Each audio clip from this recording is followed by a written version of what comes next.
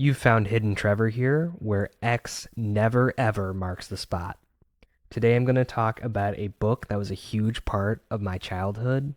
The book in question is Mysteries of the Unexplained, which you can see here has a pretty sick cover. Um, it was published by Reader's Digest in 1982, and it was still in print up until the early 90s. I think my copy of the book is from 1990. Um, and it seems like a lot of other people have a similar relationship with this book as I do. Um, there was like feelings of honestly, parts of this book are scary. At least they were when I was reading it as a kid. And there's a high level of intrigue with this book, because it's essentially an encyclopedia of strange occurrences, mysterious phenomena, um, and just all around interesting stories. So, for me personally, I'm aware of this book because it was at my grandma and grandpa's house back in the day, um, out on the farm in the middle of nowhere, which gave this book an extra. Uh, it was a fun thing to read at night. I'll just put it that way. And two of the main activities I would do over there is I would read this book, or I'd be looking at the globe that they had, because I'm a geography nerd. But also, yeah, I spent a lot of time reading this book. It's got a lot of interesting stories in it. Um, so it was, like I said, it was published by Reader's Digest. It was edited by Carol C. Calkins. Um, and it's divided into several chapters with very ominous names. The first part is called Beyond the Walls of Time, which is about like prophecies, anomalies, coincidences, things of that nature. Unearthly Fates has a whole section about spontaneous human combustion, um, inexplicable crimes and assaults, and people disappearing and things like that. Monsters and More, Bigfoot, that type of thing. The Unquiet Sky, like times where like frogs rain from the sky and stuff. And In the Realm of Miracles. So, yeah, lots of cool chapter titles there. Um, Definitely a lot of intrigue just reading that, if you ask me. So, in this video, I'm probably gonna make this a series because there's way too much to talk about here in just one sitting. I'm gonna take on the role of like Jonathan Frakes, um, in Fact or Fiction, or Beyond Belief Fact or Fiction, if you've ever seen that show. Um, you might know Jonathan Frakes from Star Trek, but he was the host of that show. And in that show, they'd bring up three stories thereabouts, and they'd have it all acted out in live action. And then by the end of the episode, he'd tell you if the events in that story happened or not, if they were fact or fiction. So that's kind of what I'm going for here. Um, there's like 600 stories in this book, so I'm not going to talk about all of them, obviously, but I'm going to go through some of the most interesting ones, and then I'm going to do a little research and see what the origin of some of these stories are. Because some of them do just boil down to, well, some guy said so. And we can't really take them at their word sometimes. So that's the idea with this. It should be pretty fun. So let's just jump into it. You can buy Mysteries of the Unexplained on Amazon for $30, which is a pretty good deal if you ask me, because it's worth it. Yeah, just thought I'd throw that out there. Yeah, so Beyond the Walls of Time, that's all about prophecies, prophets, things like that. You can't talk about that sort of thing without talking about Nostradamus. He was born in 1503, and died in 1566. His real name is Michael de Nostradam, so he Latinized his name. And then he's most famous for being a seer, but he was also an astrology guy, astrologer, apothecary, apothecarian, maybe that's the right term, and a physician. He's most famous for some of the predictions he made in his almanacs. He didn't start writing those until 1550. In 1555, he wrote one that was called The Centuries. And all his predictions were in the style of quatrains, which is like a poetic um, form of writing. His family was originally Jewish before converting to Catholicism before he was born. So that's relevant because, the Spanish Inquisition was happening at the time in the 1500s. Um, and just like you and I and everyone else who is was in school around 2020, he went to school and then had to go home because of an outbreak of the plague. So you have that in common with Nostradamus. Uh, he had a wife and two kids who died from the plague in 1534, which is a bummer. He did have a second wife and six children, but I think he took the plague stuff personally because he took it upon himself to like work to eradicate the plague in like his hometown and with a couple other guys, other famous physicians of the time in France, all through like the 1530s and 40s. And then he finally wrote his first almanac in 1550 and decided it was so successful that he would keep doing it yearly. Um, and in those almanacs, he'd put in his predictions, and that got the attention of Catherine de Medici of the Medicis, very famous family. So he landed an astrologer gig for the Medicis. So he made it big time. Pretty late in life too. He would have been in his 50s. So it's never too late, is what I'm saying. Um, yep, he died of gout in 1566. Bummer. Um, so with regards to the book, it gives a couple of examples of his uh, predictions. So the first one that kind of made him famous was this one: the young lion will overcome the older one in a field of combat in a single fight.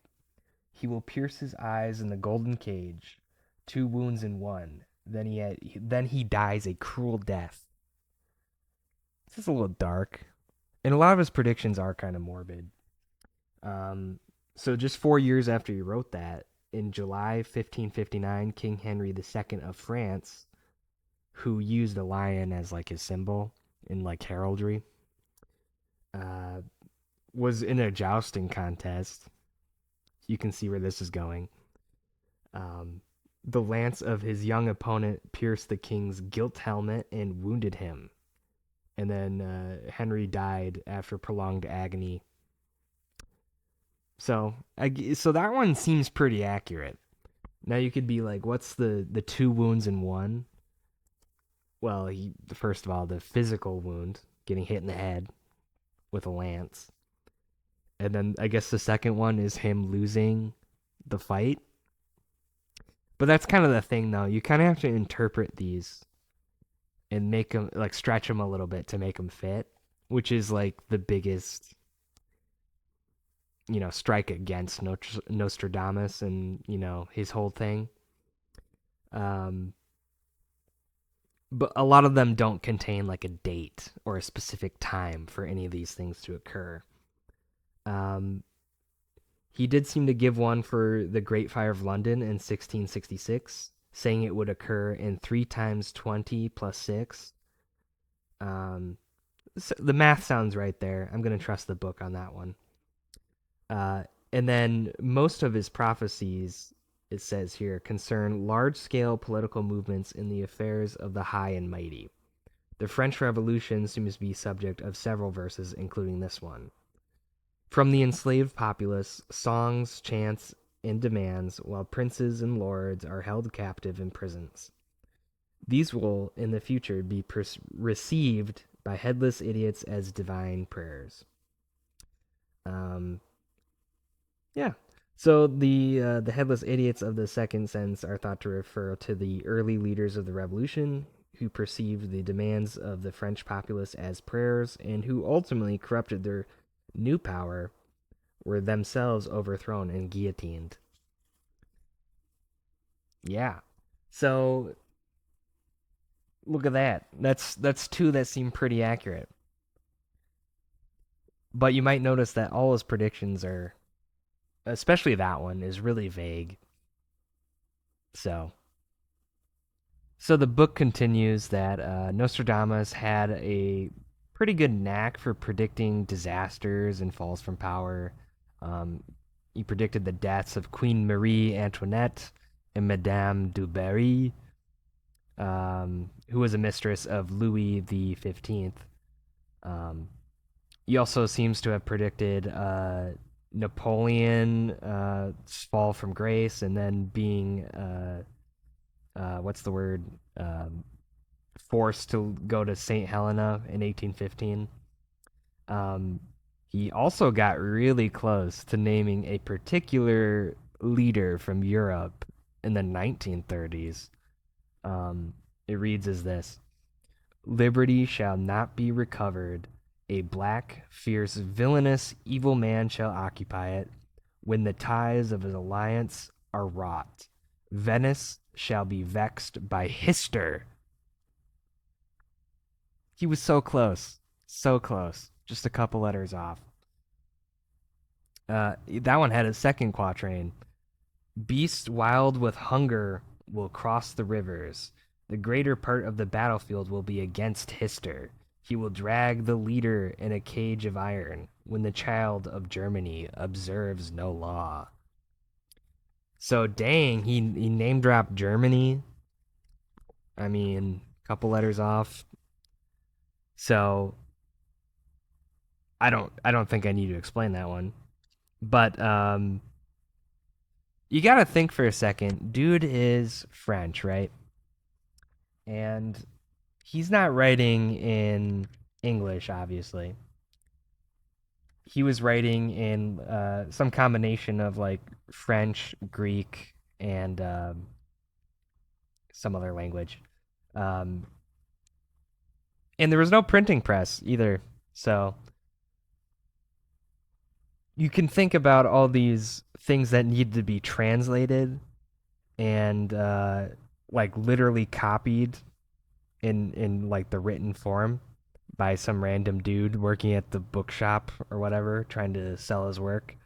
So there is that. Like that's not insignificant. But yeah, it is crazy that he calls him Hister, you know? Like just like where did he pull that from? And then he refers to, I'm sure, whatever the what Germany was called at the time. Probably not just straight up Germany. That'd be crazy. Um, because like Germans don't even call Germany Germany; they call it Deutschland. So, um, yeah. So it makes you wonder a little bit, but then you read a little bit more about him, and then things kind of come together because dude wrote like thousands and thousands of these predictions in his almanacs. So just right there, it's like statistically, you're going to hit on a couple. Okay. And then you think about the fact that all the ones that didn't come true, you don't really think about those. So there's that. You only look at the ones he hit on. And the ones that are hits, they're written pretty vague. They're usually not very specific. So, you know, there's a lot of leeway there. And if they haven't hit, maybe they just haven't hit yet. You know what I'm saying? So there's that. Nostradamus was kind of not well liked by other astrologers of the time. Um, he was kind of a lazy astrologer because people would write to him and like, "Oh, tell my fate based off my birth charts or whatever." And then instead of him calculating it, he would just ask for them to provide it. Which is like a no-no, I guess, from astrologers at the time. So he's kind of lazy a little bit, and then he would make mistakes and errors. Uh, so other astrologers like hated him, which I think is funny. Sounds kind of like he was a grifter that got into the royal space. Um, and most of his predictions are relegated to just being about Europe, North Africa, and Asia Minor, which was pretty much the entire world back then. So to take any of his predictions and assume he's referring to like things like 9/11 or something like you know the Vietnam War or something like that is kind of a stretch, to say the least. Um, do I think this guy had magical powers? I'm gonna say no. I think he was really smart, though. I think he was really smart and had um, really good educated guesses on things that would happen. Makes sense that he would know a lot about France and like the French Revolution and things like that. Um, so I mean, he probably just had some knowledge in that front, and that's what made him so accurate with those kinds of his predictions. Um, let's see if I can find like a couple in particular that I like real quick. So looking through his first bundle of predictions, I found one I did like at 25. Um, the lost thing is discovered, hidden for many centuries. Pasteur will be celebrated almost as a godlike figure. This is when the moon completes her great cycle, but by other rumors he shall be dishonored. So to me, that sounds like Louis Pasteur. He's the guy who discovered that like germs were a thing, and this was in the 1800s. So the lost thing being discovered would be like germs are a thing and cause disease. And that was something people didn't know about for a long time, obviously. Um, and I feel like maybe now he's celebrated. I don't know about godlike, but he is celebrated now because of his contributions to science. I think when he was alive, it wasn't quite the case. He was met with a lot of skepticism, and people were saying like, "Nah, um, certainly not." And I'm sure all his rivals did anything they could to discredit the guy. Anytime you make a discovery like that, I don't know what it has to do with the moon, but that's just how Nostradamus predictions go. You gotta make it fit what you want. Um, him saying Pasteur though is so interesting. Maybe that was a common French name at the time. Who's to say? And that's kind of the thing too. Is like you don't have the context in which he wrote these. Nostradamus took a lot of inspiration from older written works. And plagiarism wasn't really a thing people cared about either back then. So you gotta keep that in mind. So just throwing that out there. Okay, so I think that's where we're gonna call it for now. Whether you think Nostradamus was actually able to see the future, or if he should have named himself Nostradamus, that's up to you. Personally, I think he just found a route in life which enabled him to make some money. He made money off his almanacs and his predictions, and led him into the royal family. So I think it worked out for him. Good for him. Better than fighting the plague, I think. So, uh, yeah, that's kind of my conclusion for the video today. I will be pulling stories from Mysteries of the Unexplained in future videos. Not every video. I'll stick to being having a lot of variety anyway. But if you like this video, like, comment, subscribe. Um, Check out my future videos, and I will come back to that book to um, talk about more stories from it. Um, Even in the first section, Beyond the Walls of Time, there are some really interesting stories I want to talk about. So um, we'll cut it here for now. Have a good one. Thank you for watching.